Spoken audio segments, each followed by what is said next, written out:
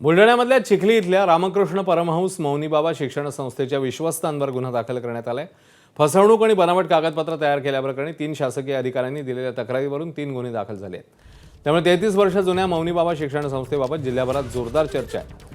महाविद्यालयाच्या इमारतींचं बनावट भोगवटा प्रमाणपत्र तयार करून त्याचा शासकीय कामात वापर केल्याचा ठपका विश्वस्तांवर ठेवण्यात आलाय। या कॉलेजवर कारवाई झाली तर जवळपास 1000 विद्यार्थ्यांचं भवितव्य टांगणीला लागू शकतं। या प्रकरणी आता महाविद्यालय प्रशासनाने आपली भूमिका स्पष्ट केली। आमच्याकडे मूळ कागदपत्र असूनही एका खंडणीखोर तक्रारदाराच्या तक्रारीवरून हे गुन्हे दाखल झाले असा आरोप मौनीबाबा शिक्षण संस्थेच्या अध्यक्षांनी केला।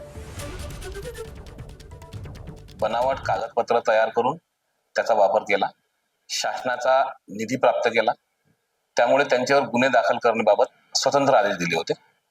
त्या अनुषंगाने या तिन्ही यंत्रणांनी यांच्या तक्रारीवरून मौनीबाबा शिक्षण संस्थेचे विश्वस्त यांच्यावर पोलीस स्टेशन चिखली येथे भारतीय दंड संहिता कलम 420, 465, 467, 468, 471 व 120 ब प्रमाणे 3 स्वतंत्र गुन्हे दाखल करण्यात आले आहेत व त्यांचा तपास सुरू आहे। हे तीनही गुन्हे जे आहेत हे बनावट आहेत, हे आमच्यावर जबरदस्ती टाकलेले आहेत। खरं तर ही बदनामी फक्त संस्थेची नाही तर या संस्थेमध्ये शिकणारे आणि बाहेर पडलेले जे हजारो विद्यार्थी आहेत त्यांची देखील ही बदनामी आहे। त्यांना देखील भविष्यात त्रास होऊ शकतो आणि त्यामुळं यावर राजकारण व्हायला नको, यावर अशा पद्धतीचे खोटे गुन्हे दाखल व्हायला नको।